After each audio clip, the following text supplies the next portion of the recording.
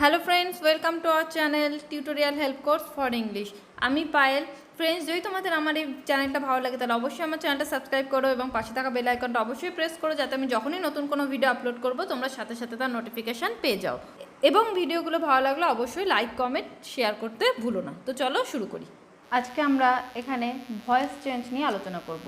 আজকে আমরা দেখব ভয়েস চেঞ্জ কাকে বলে। ঠিক আছে, তো আমরা প্রথমে দেখে নিই ভয়েস দুভাগে বিভক্ত। একটা হচ্ছে অ্যাক্টিভ ভয়েস আর একটা হচ্ছে প্যাসিভ ভয়েস। এবার অ্যাক্টিভ ভয়েস আর প্যাসিভ ভয়েসের মধ্যে ডিফারেন্সটা কোথায়? অ্যাক্টিভ ভয়েসে কিন্তু সাবজেক্ট আগে বসে, আর প্যাসিভ ভয়েসে সাবজেক্ট পরে বসে, অবজেক্ট আগে বসে। ঠিক আছে, এবার আমরা প্রথমে একবার মনে করে নিই সাবজেক্ট কি, অবজেক্ট কি। সাবজেক্ট কাকে বলে? সাবজেক্ট বলতে বোঝায় ভার্ব বা ক্রিয়াকে কে বা কারা দিয়ে প্রশ্ন করলে যেটা পাওয়া যায় সেটা হচ্ছে সাবজেক্ট।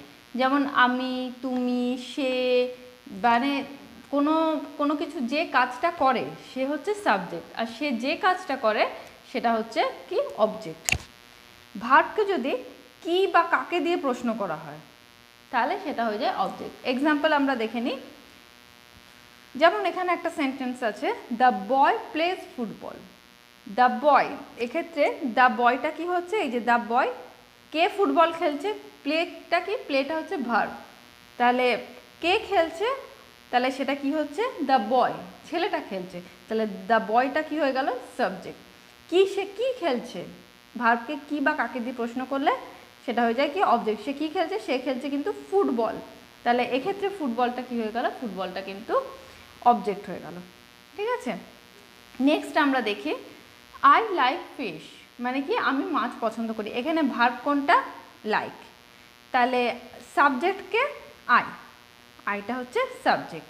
আচ্ছা, আমি কি পছন্দ করি, ভার্বকে আমি কি দিয়ে প্রশ্ন করছি, আমি কি পছন্দ করি? আমি মাছ পছন্দ করি। তাহলে সেক্ষেত্রে ফিশটা হয়ে গেল অবজেক্ট। নেক্সট দেখি হি ইজ মেকিং টি, সে কি করছে? সে চা তৈরি করছে। He is making tea. তাহলে কে চা তৈরি করছে? সে, সেটা কি হয়ে গেল? সাবজেক্ট। সে কি তৈরি করছে? সে চা তৈরি করছে। তাহলে টিটা হয়ে গেল অবজেক্ট। আচ্ছা, এইবার আমরা যেটা দেখলাম, আমরা সাবজেক্ট অবজেক্ট কি সেটা একবার দেখে নিলাম। এইবার আমরা যেটা দেখব সেটা হচ্ছে ভয়েস যখন চেঞ্জ হয় তখন কিভাবে চেঞ্জ হয়, মানে সাবজেক্টটা কিভাবে চেঞ্জ হয়।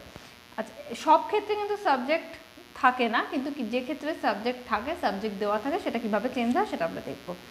আই হলে কি হয়? মি, মি থাকলে আই হবে।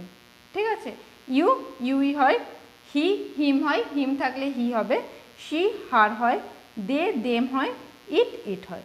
এই সবগুলো কিন্তু মানে এই যেটা এই সাইডে আছে, এইটা দেওয়া থাকলে এইটা হবে, এইটা দেওয়া থাকলে এইটা হবে। ঠিক আছে, এবার আমরা দেখব প্রেজেন্ট ইনডেফিনিটের ভয়েস চেঞ্জ কীভাবে হচ্ছে। পজিটিভ সেন্টেন্স যদি হয়, মানে হ্যাঁবাচক বাক্য যদি হয়, সেক্ষেত্রে স্ট্রাকচারটা কীরকম হবে? প্রথমেই অবজেক্ট, তারপরে অ্যাম, ইজ অথবা আর, তারপরে ভার্বের থার্ড ফর্ম। এখানে কিন্তু সবসময়তেই ভার্বের থার্ড ফর্ম বসবে। ঠিক আছে, তারপরে যদি সাবজেক্ট দেওয়া থাকে বাই, এবং তারপরে সাবজেক্ট। সাবজেক্টের আগে কিন্তু একটা বাই বসবে, মানে কার দ্বারা, কার দ্বারা জিনিসটা হচ্ছে, এরা বাই হচ্ছে দ্বারা, সেক্ষেত্রে সাবজেক্টের আগে বাইটা বসবে। যেমন দেখি দ্য বয় প্লেস ফুটবল। তাহলে এক্ষেত্রে আমরা আগে দেখে নিই সাবজেক্ট কোনটা, অবজেক্ট কোনটা।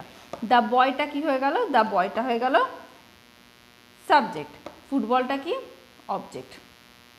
তাহলে এর নিয়মই হচ্ছে, যেটা ভয়েস চেঞ্জ সেটার নিয়মই হচ্ছে, মানে অ্যাক্টিভ থেকে যখন প্যাসিভ হবে তখন অবজেক্টটা আগে চলে আসবে। তাহলে ফুটবলটা যদি অবজেক্ট হয় এবং সেটা কি হবে, সেটা কিন্তু তাহলে আগে চলে আসবে, ফুটবলটা আগে বসে গেল। তাহলে এখানে কি হবে? ফুটবল, প্রথমেই ফুটবল বসলো, মাছেরটা আমরা পরে দেখছি। দ্য বয়টা কি আছে? সাবজেক্ট, তাহলে দ্য বয়টা কিন্তু পরে বসলো, দ্য বয়। ফুটবল বসার পর কি হলো? ফুটবলটা কি, ফুটবলের পরে কোন হেল্পিং ভার্বটা বসবে, এইটা অবজেক্টটা দেখে নিয়ে কিন্তু সেই অনুসারে হেল্পিং ভার্বটা হবে। এক্ষেত্রে ফুটবলের পরে কোন হেল্পিং ভার্বটা বসবে? অবশ্যই ইজ, ফুটবল ইজ। প্লে, প্লের থার্ড ফর্ম কি? প্লের থার্ড ফর্ম হচ্ছে প্লেড, তাহলে প্লেড বাই দ্য বয়। এই দ্য বয়টা চলে গেল পেছনে, ঠিক আছে। Football is played by the boy. তারপরে কি, ইউ ড্রিঙ্ক মিল্ক, সেক্ষেত্রে কী হবে, কোনটা এখানে ভার্ব কোনটা, ড্রিঙ্ক, তাহলে ইউটা হয়ে গেল অবশ্যই সাবজেক্ট, কে মিল্ক পান করে, ইউ, তাহলে ইউ তুমি, সেটা হয়ে যাবে পেছনে। মিল্ক হচ্ছে অবজেক্ট, কি পান করে, মিল্ক, সেই জন্য এটা হয়ে যাবে কি সামনে। তাহলে এটা কি হলো, মিল্কটা যদি আমরা সামনে নিয়ে আসি এবং ইউটাকে আমরা পেছনে নিয়ে যাব, ঠিক আছে। তাহলে মিল্ক ইজ, ড্রিঙ্কের থার্ড ফর্ম কি, drank.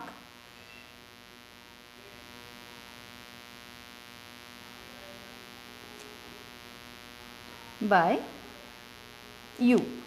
I read story book, তাহলে আমি পড়ি, আমি কি পড়ি, স্টোরি বুক পড়ি, গল্প বই পড়ি। তাহলে এক্ষেত্রে কী হলো, গল্প বইটা আগে চলে আসবে, স্টোরি বুক ইজ, রিডের থার্ড ফর্ম কি, রেডটা যেহেতু রিড, রেড একই স্পেলিং হয়, তাহলে কি হলো রেড। বাই আই থাকলে কি হয়, আমরা এখানে দেখেছি আই থাকলে কি হয়, আই থাকলে হয় মি, তাহলে এখানেও কি বসবে, বাই মি। দেখো এই আইটা চলে গেল পেছনে, স্টোরি বুকটা যেহেতু অবজেক্ট সেটা এসে গেল সামনে, ঠিক আছে। তাহলে আজকে আমাদের এখানেই শেষ হচ্ছে ভিডিওটা। ভালো লাগলে অবশ্যই লাইক, কমেন্ট এবং শেয়ার করো।